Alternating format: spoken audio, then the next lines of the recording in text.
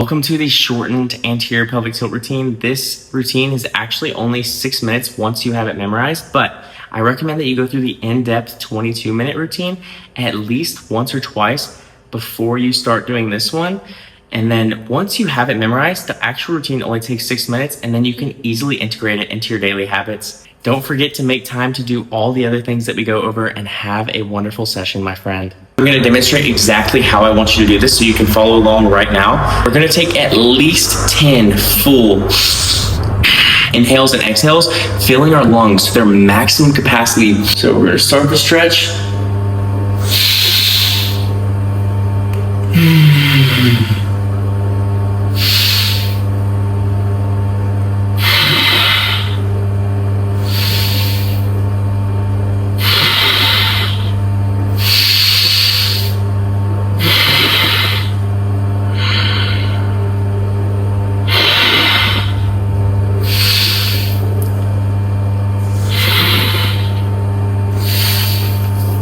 Playing with straightening the arm, taking the elbow over, looking away, looking up, looking down, fully breathing while doing this.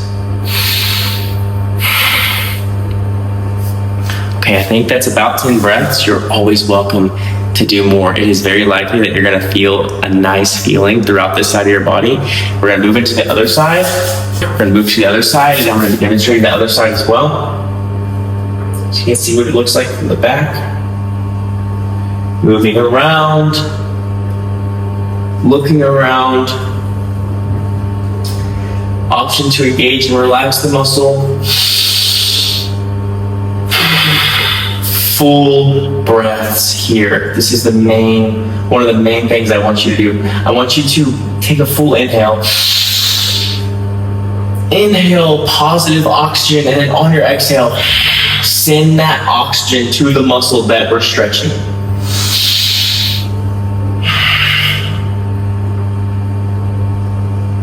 Looking around, using the jaw, remembering to use the jaw, and taking the jaw out and away from the arm that's on the wall, and then playing with movement here. Maybe turn us up and down. So we're releasing the teres major and teres minor, these two muscles that are right under the shoulder here. Looking around, finding the teres major, teres minor, and then once we find a place in here that's tight or hurts, you're gonna find it pretty quickly if you dig, firmly dig. And then we're gonna take our opposite hand, and here we're just gonna flex and relax with as much pressure as we can comfortably feel while being able to maintain full breaths. We're gonna flex and relax 10 times through that pressure. A lot of people have a hard time finding this trigger point, but it tends to become easier if we try and go up, in, and then back out. So we're going around up in here. We're not applying pressure just here. We're going up and then back out. And we're gonna dig around in the armpit and find any place that's tight or hurts. And then same thing, 10 flexes, 10 relaxes with pressure on that spot. You can also move through full range of motion here. This one tends to be hard to maintain pressure. So for this one, the actual function of this muscle is only this. And no wonder a lot of men are really tight here, but we can apply pressure and just barely move through that pressure. Okay, moving into the other side, first digging around up into the teres major, teres minor, finding any place that's tight or hurts, getting the muscle and flexing and relaxing through that pressure. 10 flexes, 10 relaxes, full breaths, trying to maintain really firm pressure while flexing and relaxing, and not allowing the flexing and relaxing to pull pressure off of that trigger point. After our 10 flexes and relaxes, some movement through that muscle. Remember, the function of this muscle is just right here. And we can also dig around in here and even firmly dig. This muscle tends to really alleviate so much tension emotionally, even if it's just stress or guilt. 10 flexes and relaxes, 10 movements, and then moving in to digging through the armpit on this side, digging around in here, and then remember, we can flex and relax and we can maintain pressure. For this one, we don't want to move it because usually it pulls pressure off of the trigger point. We just want to move it, just baby movements with pressure on that trigger point. Okay, start doing this sporadically throughout your day when your body's asking for it. Nothing needs to be too strenuous. We only need to activate about 3 out of 10 strength and not 10 out of 10 strength.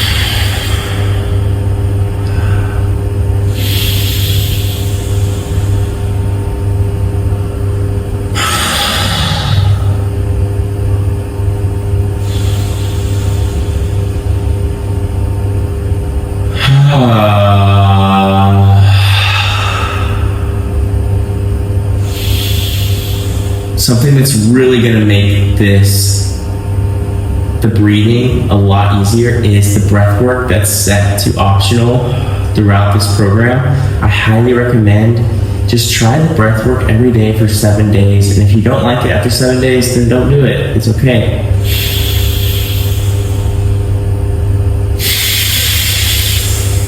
But with the breath work, I feel like after you try it for 7 days, this is going to be even more powerful. Rest of this stretch, just do round the hips forward and just step out in front of you and stretch this psoas muscle. 3 breaths with the toes out, little wiggles, getting a little bit deeper, really ripping the hips forward towards the space in front of you. Okay, pull the toes slightly in.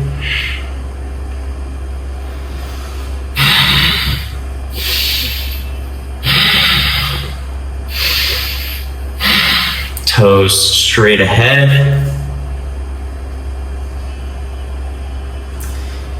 You can play with lifting an arm. Toes slightly in. You just want to hit every little angle of this psoas. And then move on to the other side. Toes out.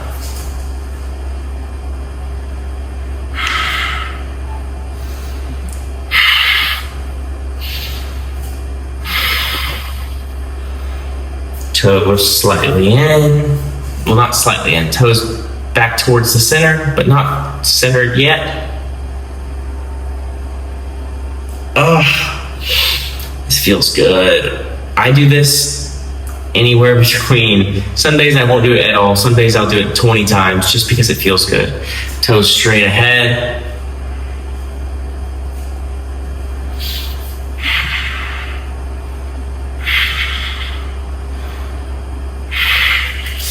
And then toes slightly in.